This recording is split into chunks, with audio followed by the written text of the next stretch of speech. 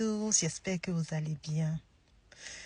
Je vais vous parler d'un sujet vraiment qui est je ne sais pas comment qualifier ça, mais dans les commentaires, vous allez me dire un peu ce que vous en pensez.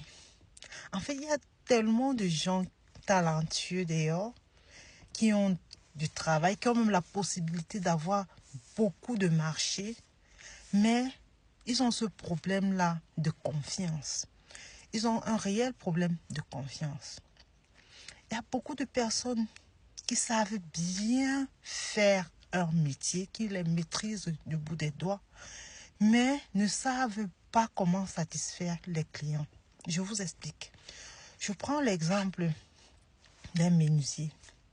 Un menuisier qui maîtrise sa chose. Quand on dit maîtriser, le gars maîtrise. Tu lui dis, ok, monsieur le menuisier, voici j'ai besoin, par exemple, d'une table de bureau avec une chaise. Le menuisier te dit, ok, je vais le faire.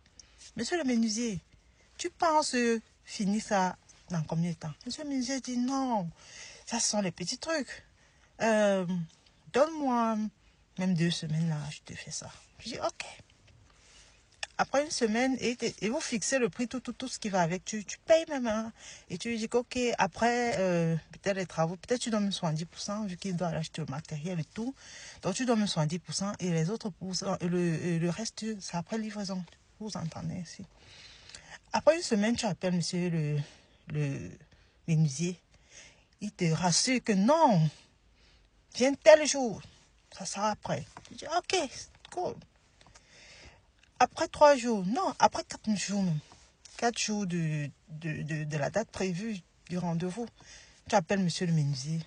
Il décroche. Il dit que oui, il te rassure encore. Que tel jour, donc tu seras prêt.